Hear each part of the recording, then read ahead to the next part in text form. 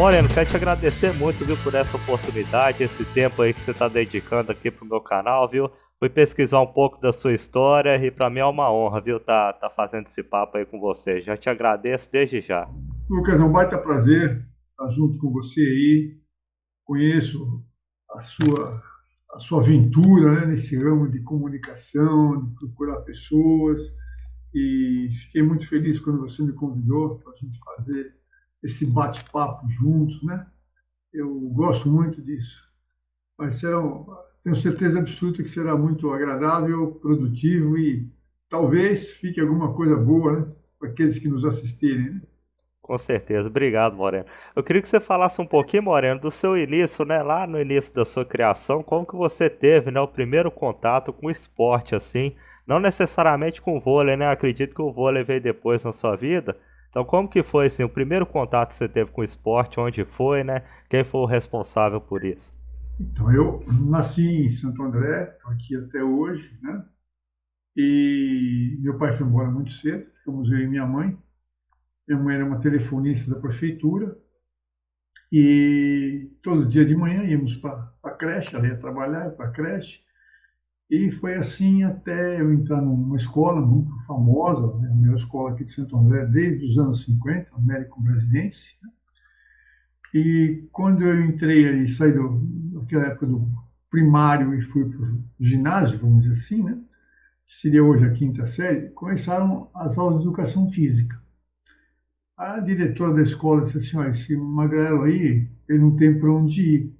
Se ele for embora daqui, a mãe dele está trabalhando. Então segura ele aí nas aulas. Tá? Aí então começou a brincadeira, Lucas, de fazer educação física com a primeira A, primeira B, primeira C, até o fim da tarde. Né? Aí voltávamos.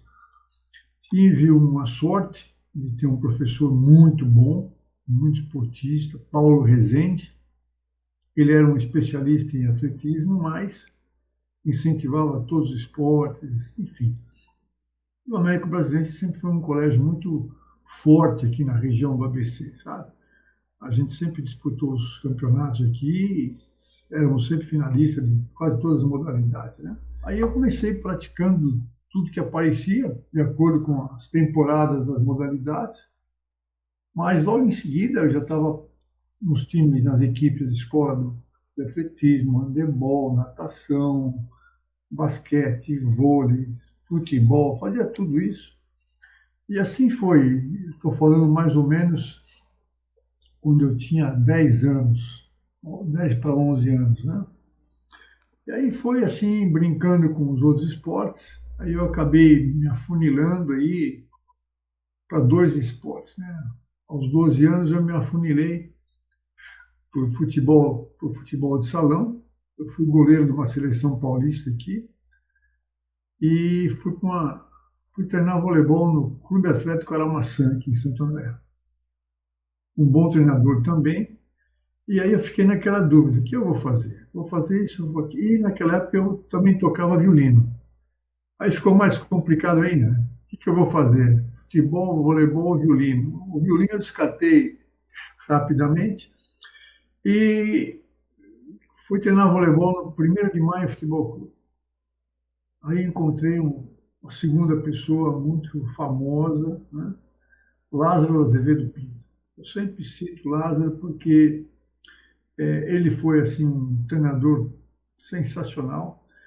Não era um bom exemplo, ele não tinha formação, sabe? Não era um treinador, ele era um jogador de Santo André, apaixonado pelo voleibol, e ele fez com que eu me apaixonasse pelo voleibol. Depois eu falo mais um pouco sobre o Lázaro. Né? O Lázaro, com todas as imperfeições dele, ele colocou 6 atletas na seleção brasileira. Mas aí, aos 13 anos, eu fui convocado para a seleção paulista infantil. Foi minha primeira viagem para fora de Santo André, foi para Belo Horizonte. Né? E aí eu me destaquei muito bem. Aos 12 eu comecei, aos 13 eu estava destacando. Aos 14 eu já estava na seleção paulista efetiva, sempre fui titular, né? No primeiro campeonato brasileiro, jogamos aqui em São Paulo e nós somos campeões brasileiros. Eu fui convocado então para uma seleção juvenil Naquela época, o juvenil era de 15 aos 18 anos, eu tinha 16. Fui convocado para a seleção juvenil, fomos para o campeonato juvenil, fui o destaque do campeonato juvenil. Aos 17 anos, Lucas, eu fui convocado para a seleção brasileira adulta e já comecei como titular. Então, esse foi o começo da minha vida, né? Obviamente, eu tinha um pequeno suporte aqui de Santo André, da prefeitura, e me colocaram num emprego de assistente do professor de natação, porque eu nadava bem, Uhum. só para ajudar em casa. Mas esse foi o meu começo. Em 1965, com 17 anos, eu estreiei na seleção brasileira adulta. Moreira, e nesse percurso todo assim, você já conseguia buscar seu sustento financeiro assim através do esporte ou você tinha que levar alguma coisa paralela assim ao esporte para conseguir, né, sobreviver? Aí você já estava atingindo a fase adulta, né, 17 anos. Como que Né? foi esse pedaço também financeiro assim na sua vida? Eu até hoje escrevi uma coisinha sobre isso, né? Quando, naquele tempo, Lucas, a gente não ganhava dinheiro de nada, né? Ganhava dinheiro de nada.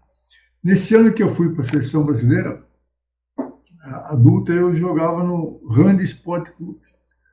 O Rand com I no final, Sport Clube, foi a primeira empresa a patrocinar o voleibol no Brasil. Era um camarada apaixonado por voleibol, tinha uma empresa que fazia cobertores e resolveu fazer uma quadra no fundo da fábrica. Então tinha a quadra do Rand e a quadra do ginásio que a gente treinava do 1º de maio. Naquela época, a gente não ganhava dinheiro. Para você ter uma ideia, o sustento até então era uma ajudinha de curso do Rand, muito pequenininho, mas ajudava, né? E eu tenho uma ideia da diferença brutal, né? Então, em 1965, aconteceu também os Jogos Abertos no interior. E foi em Santos. O Santos era o time dos sonhos, né? Era um time imbatível e nós quase ganhamos do Santos na final dos Jogos Abertos. E eu fiz uma excelente partida. 3 dias depois apareceram os diretores do Santos na minha casa. Os prédios do IAPI, aqui, tipo minha casa, minha vida um pouco melhor, né? Uhum. E os caras apareceram lá e sentamos na sala, eu, minha mãe e os 2 diretores do Santos. Aí o diretor falou assim: Dona Cecília, nós viemos daqui levar seu filho para Santos. E 17 anos, eu quase estava com 18 já, né? Eu nasci em 48, estava com quase 18. Eu falei: então, ele vai poder comprar um carro, ele vai para Santos, vamos ganhar um. E abriu uma mala cheia de dinheiro lá, que eu nem sei quanto dinheiro tinha, sabe? Aí no dia seguinte eu fui comentar com o pessoal do ranking do Santo André, da seleção de Santo André. Falei: olha, eu recebi uma proposta tal, e foi muito boa, eu estou propenso a ir, né? Aí os caras foram na minha casa e disseram assim: Dona Cecília, não deixa o Moreno ir para Santos. Tem estrada, tem a serra para subir, tem neblina da serra, ele vai voltar de noite, tem assalto, enfim, bom, conclusão. Minha mãe falou: filho, eu prefiro que você fique em Santo André. Aí eu fiquei em Santo André e me deram uma máquina de lavar roupa. Então, meu contrato de 1965 foi uma máquina de lavar roupa. Olha só que diferença brutal, né? Mas eu sempre fui muito atento à parte da graduação, sabe? Então, naquele tempo, dificilmente os atletas estudavam, né?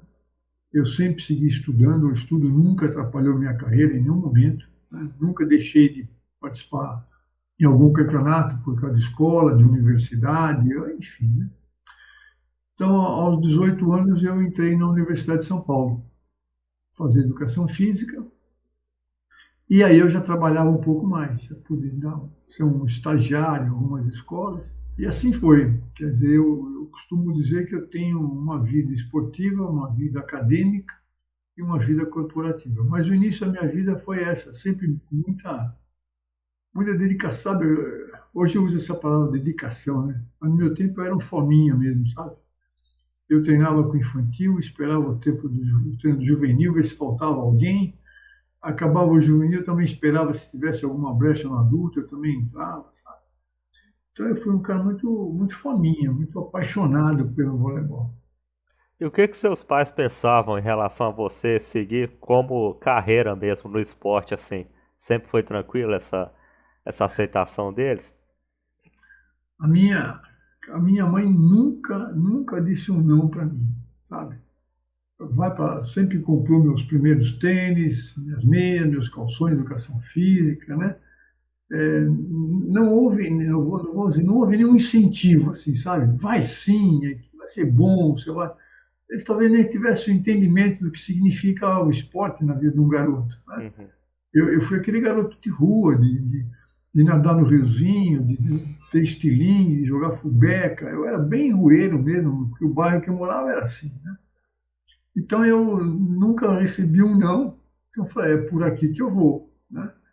Então eu me virava, eu ia para São Paulo de trem, voltava às 11 da noite, ou seja, né? Eu não precisei desse incentivo, né? Não houve nenhum incentivo e muito menos uma proibição, sabe? Isso foi muito bacana. O meu pai, de vez em quando, aparecia. Eu, eu acho que meu pai assistiu uns dois, três jogos. Né? Na realidade, ele sumiu da nossa vida e seguimos em frente. Entendeu? Uhum. E daí para frente, o Moreno passou a ser um pouco mais conhecido, que é esse garoto que chegou aqui disputando os lugares dos adultos de Minas, do Rio de Janeiro, né? Então, eu digo que em 1965 foi a minha carreira dentro do voleibol de alto rendimento. Moreno, e você, o seu nome assim é um dos pioneiros, né, dentro do vôlei. Eu nasci em 91, eu conheço mais a seleção ali, que eu me Nossa, lembro assim que eu comecei a acompanhar do Naubert, né, o Serginho como líbero, essa seleção de lá pra cá, né?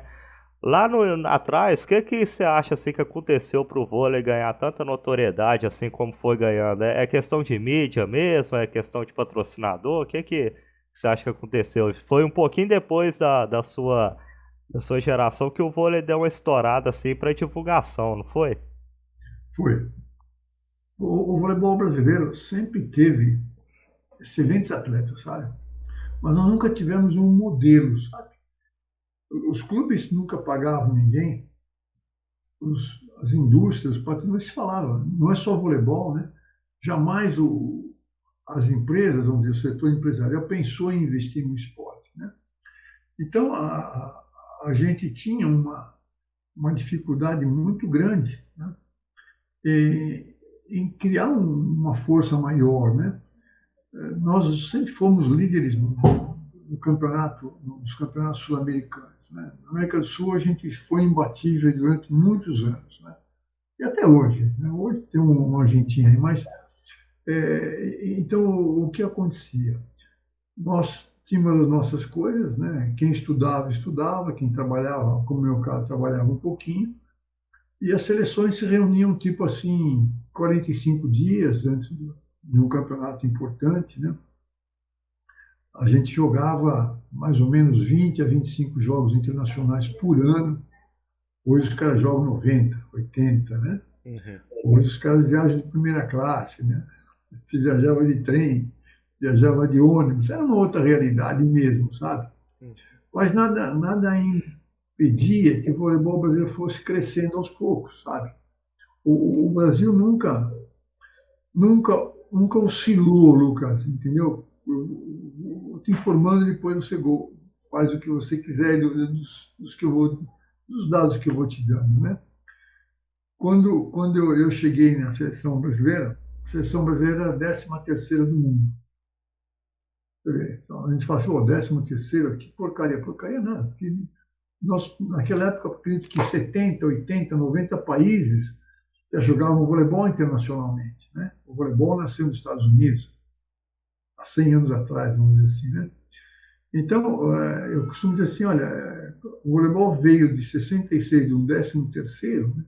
Em 80, quando eu encerrei minha carreira dentro da seleção, nós éramos quinto do mundo. Uhum. Nunca houve uma queda, sabe? Então, nós somos 13º, nono, oitavo, e fomos indo, né? Nessa classificação mundial, né?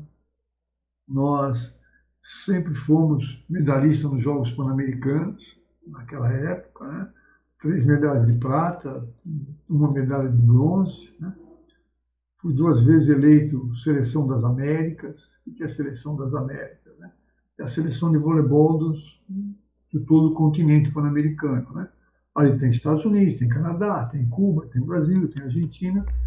E nas duas últimas edições do Pan-Americano eu fui Seleção das Américas, né? E assim eu fui tentando conciliar minha vida, sabe, Lucas? Quando, quando eu me formei na Universidade de São Paulo, agora um pouquinho da minha vida acadêmica, tá? Eu me formei com 21 anos, eu fui o mais jovem da turma, né?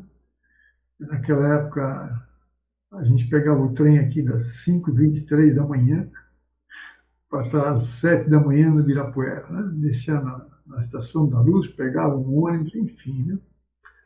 Esse trem das 5h23 era o famoso, né? Então eu me formei em primeiro lugar da turma. Primeiro ou segundo, não tenho certeza, acho que foi primeiro, mas não foi mal. Me formei dos primeiros da minha turma, que naquele ano, 1969, mudou-se para a Universidade de São Paulo. Então eu sou da primeira turma de professor de Educação Física da Universidade de São Paulo. Aí eu comecei minha vida de trabalhar nas escolas, né, nos bons colégios, e em 70 apareceu aqui a Faculdade de Educação Física de Santo André. Ela foi fundada em 1970. Em 1971, acho que não ficaram muito satisfeitos com o professor de voleibol e me convidaram para lecionar voleibol. Em 1970, eu havia feito o curso técnico de voleibol na USP, então eu estava apto para dar aula na faculdade. Aí começou a vida acadêmica, de repente foi FIFISA, depois foi USP, depois foi PUC, depois foi Franca, Catanduva, ou seja, eu passei a dar aula em vários lugares, então a minha vida era uma loucura, né? Uhum. Eu dava aula de manhã, de tarde, à noite eu ia para as faculdades dar aula, sexta-noite e sábado eu ia para essa cidade do interior dar aula, ou seja, uma vida bem ativa, né? E sempre treinando voleibol, sempre dando um jeito, né, de manter aquele voleibol. Naquele tempo se treinava segunda, terça e quinta, né? A gente só treinava mais pesado perto das finais e na seleção brasileira. Bom, essa vida acadêmica eu fiquei nela até 1990, mais ou menos, né? Lecionando nessas faculdades todas aí. Eu acredito que tenha formado mais ou menos de 800 a 900 técnicos de voleibol, né, nesses 18 anos de faculdade, de vida acadêmica. E na vida acadêmica, se você quiser, você pode deixar isso, senão você corta. Na vida acadêmica, Não, tô eu gostando procurei muito. sempre, eu sempre procurei ser um professor muito correto, né? Sempre fui um cara muito correto, muito rígido. Meu critério de notas era assim: 10 para Deus, 9 para o melhor do mundo, 8 para o professor, o resto é para baixo. 7 para baixo é dos alunos, né? Então a turma dava risada, mas sabia que quem tirasse 10, 7 eram 10, né? E eu tinha prometido a mim mesmo que eu jamais iria sair com uma aluna, né? Porque vira e mexe a gente quer saber, o professor tal saiu com a aluna. Eu não vou sair com nenhum, aluna nenhuma. Uhum.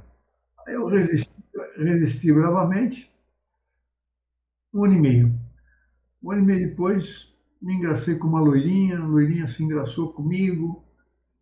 Falei, fomos conversar, mas pô, você é aluno, eu sou professor, então vamos ficar em segredo. Vamos ficar em segredo. Ficamos em segredo. O pai e a mãe dela, logicamente, sabiam, né? O professor dela achava que eu era um cafajeste, onde já se viu, né? O professor fazia isso e tal. E aí,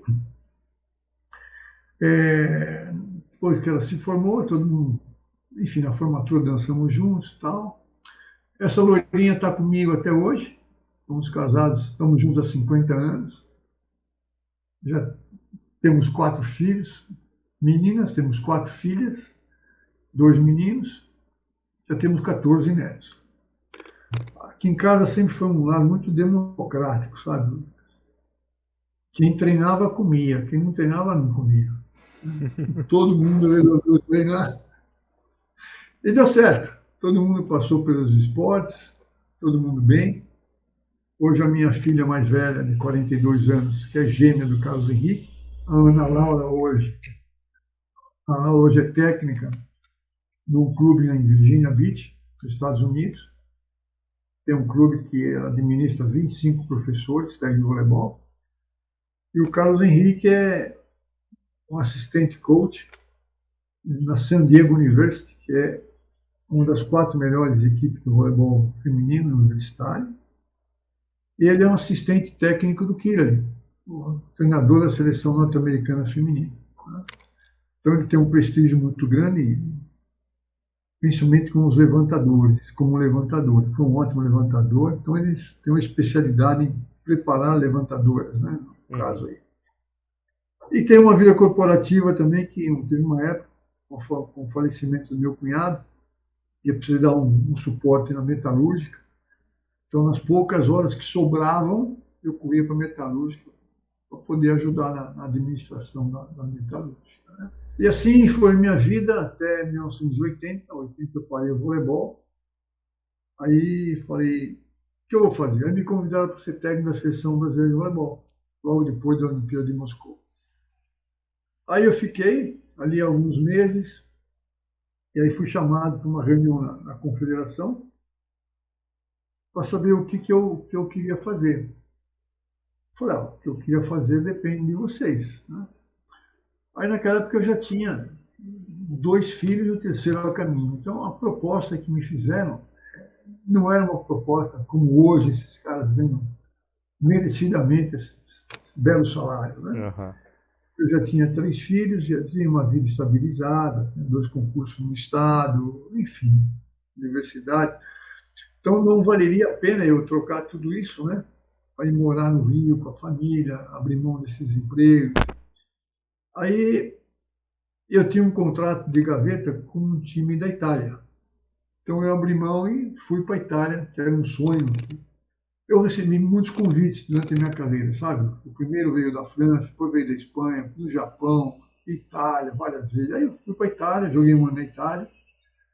Foi muito bacana, muito divertido. Fui eu, a esposa, o casal de gêmeos.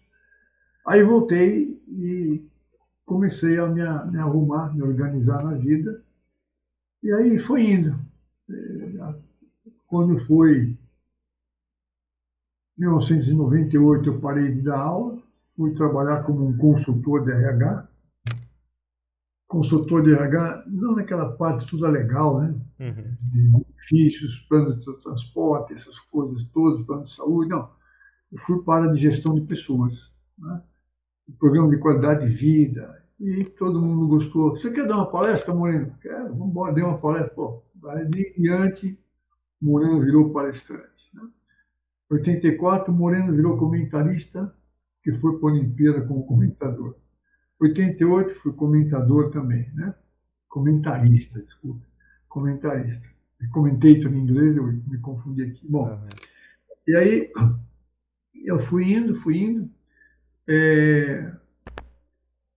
Quando foi 2005, eu estava decidindo mudar de carreira e fui para o desenvolvimento de pessoas como coach. Né? Então, hoje eu me identifico como sendo um performance coach, né? É um coach esportivo de alto rendimento. Né? E nessa caminhada toda, um dia em 2010, final de 2010, o Comitê Olímpico ligou para minha casa para eu fazer uma entrevista lá no Rio de Janeiro.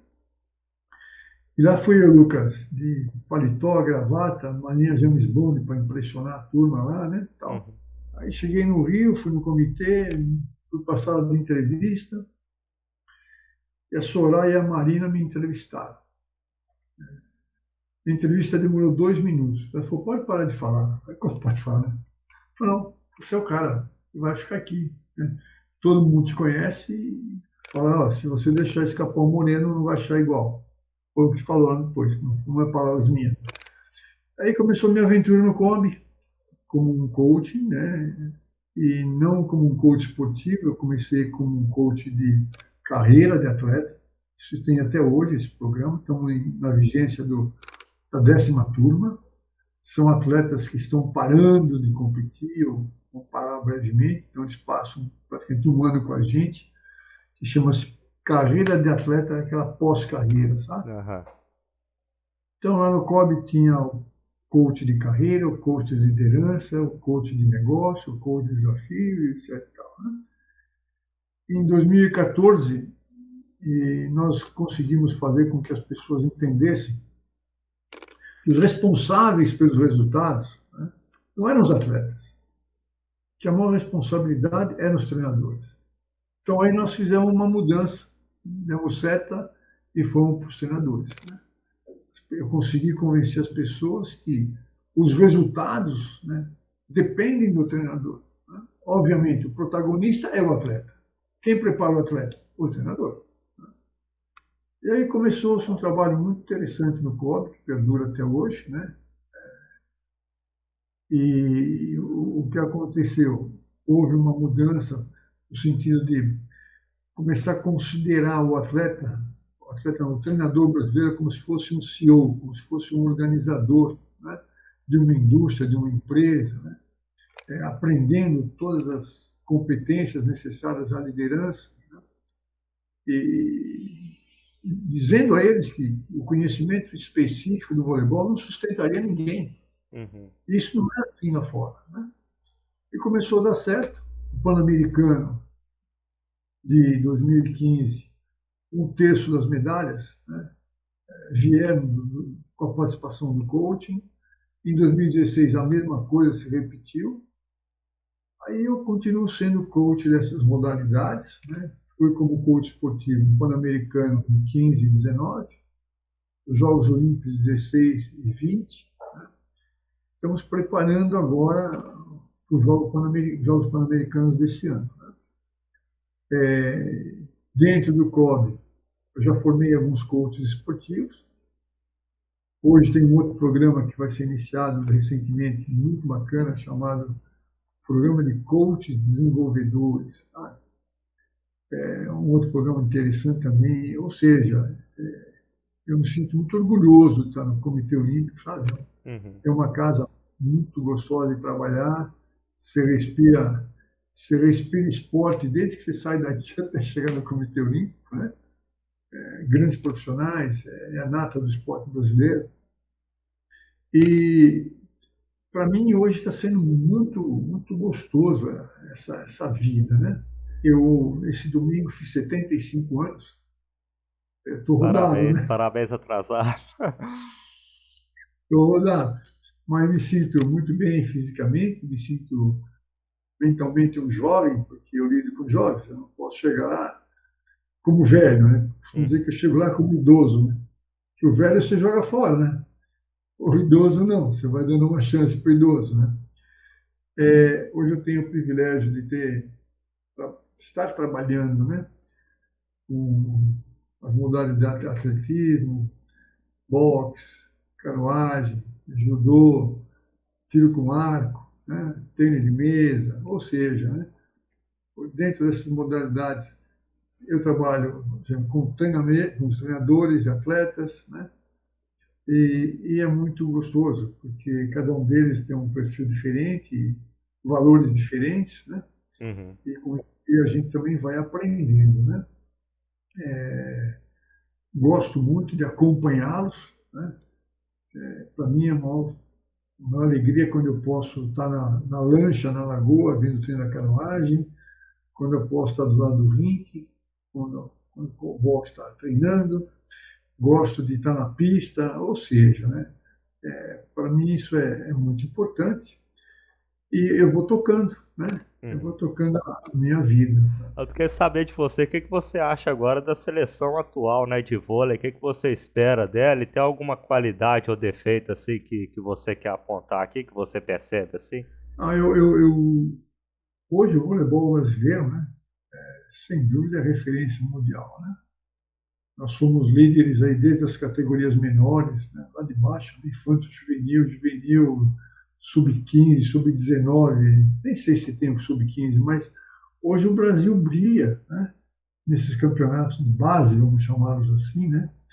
Masculino, feminino, brilha na praia, né? Ou seja, hoje o voleibol brasileiro adquiriu um respeito que ele é temido, né? Ele é temido. E falando das seleções principais, né? Tem aí dois treinadores fora de série, né? Bernardinho fora de série, Zé Roberto fora de série. Zé Roberto foi meu companheiro de quadra, né? Os pais, sou padrinho de casamento do Zé Roberto. Os pais do Zé Roberto são meus padrinhos de casamento, né? Cito esses dois nomes porque juntos eles têm não sei quantas medalhas olímpicas, né? O Zé do Ouro, como eu digo, tem 3 medalhas de ouro. Olha só que loucura, né? Então esses dois treinadores fizeram história, sabe? Se você pegar os assistentes do Bernardinho, eles cresceram, né? Se você olhar hoje com que carinho o Zé Roberto formou os assistentes deles, é absurdo, né? Hoje os assistentes estão hoje em seleções juvenis, seleções brasileiras, né? Então a nossa liderança, né?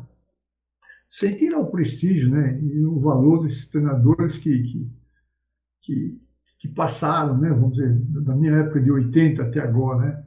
Tivemos excelentes treinadores. Eu, particularmente, tive 23 treinadores. Alguns eu nem lembro o nome. Contribuíram, outros não, outros foram meus mentores, me desenvolveram, foram meus padrinhos de casamento, ou seja, né? Então o voleibol brasileiro tem um background, vamos dizer assim, uma retaguarda, né?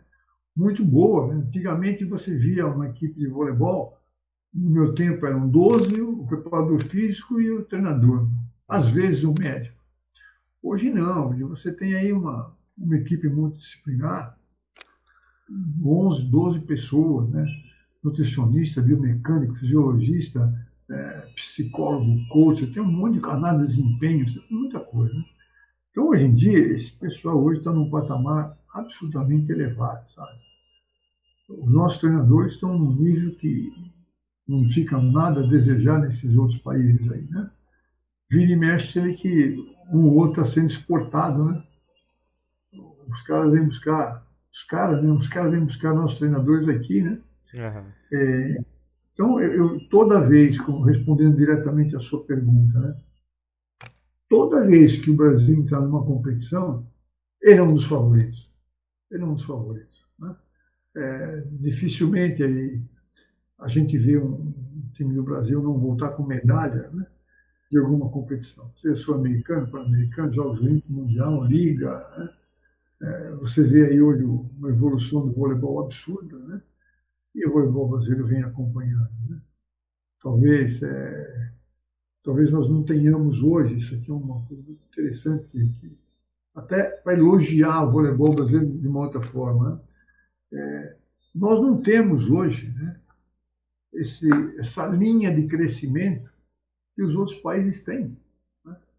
Ou seja, você não tem a formação universitária, onde os estudantes têm voleibol, né? Hoje a gente não tem muitos clubes, né, montando equipe de voleibol. Os clubes hoje estão numa situação financeira um pouco mais difícil, né?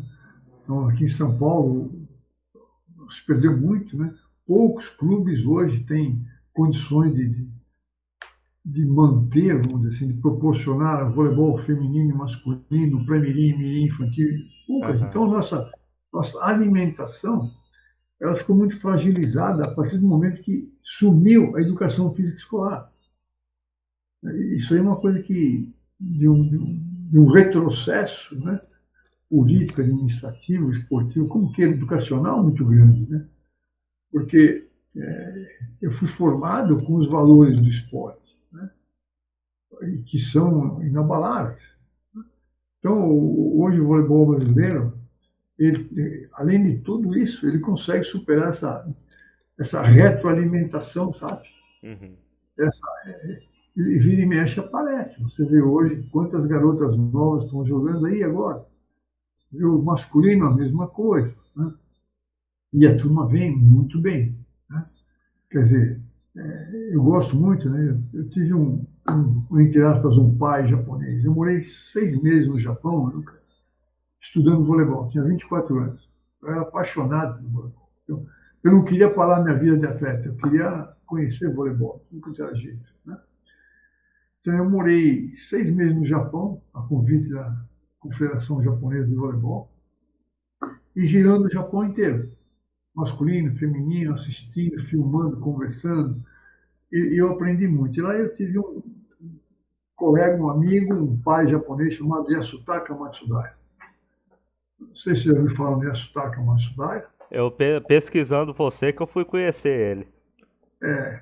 O Yasutaka Matsudaira escreveu um livro uma vez, O Caminho do Ouro. Ele dizia que em 8 anos o Japão ia ser medalhista de ouro, e aconteceu, né? Uhum. 64, 68, 72, medalhista de ouro para o Japão. Então, o Matsudaira tem uma coisa muito bacana, ele fala assim, as minhas equipes sempre tem que ter 4 veteranos, 4 médios e 4 jovens. Ou seja, um raciocínio lá de trás, nós estamos falando de raciocínio de 60 anos atrás, vai. Ou seja, a importância, sabe, da retroalimentação. Uhum. Hoje você vai aí no voleibol brasileiro, não sei te falar que eu não tenho esse número, mas se somar a Liga A, a Liga B, você vê aí mais ou menos, vamos dizer, 40, 30, não sei quantas equipes, mas você vê aí centenas de jogadores num nível já diferenciado, né? Uhum. Então, olha só que celeiro que a gente tem, né? Eu nunca imaginava cidades pequenas do interior do Brasil, né? De repente aparecesse com um nível técnico diferenciado, de repente aparece um aí, pô, quem é esse cara? Esse cara jogava voleibol lá no interior, não sei de onde, pô, vem para a seleção brasileira. Então eu acredito que o voleibol você vai permanecer ainda muito tempo entre os melhores do mundo, porque tem bons profissionais, hoje tem estrutura, uma mínima estrutura que é suficiente para tocar o barco, né? Então eu acredito que o nosso voleibol ainda vai longe bastante tempo. Massa. Moreno, quero te agradecer muito, viu? Quer passar alguma rede social? Quer divulgar alguma coisa aí? Fica à vontade aí, viu? O espaço é seu e te agradeço de novo, viu? Eu sou uma pessoa tranquila quanto a isso, né? Eu sempre me coloco à disposição de quem. O meu, o e-mail é morenovoleibol@gmail.com, né? Se algum profissional quiser conversar, bater um papo, recomendações de livros, qualquer coisa, eu estou sempre pronto a ajudá-los, né? É o que eu faço. Hoje eu tenho como desafio o desenvolvimento de 54 treinadores de diferentes modalidades, né? E tem pela frente uns 60 atletas em condições de serem medalhistas nos Jogos Olímpicos de Paris. Então, a minha vida é respirar esporte o dia inteiro. Quando há um tempinho, eu corro para academia para segurar a idade. Isso aí.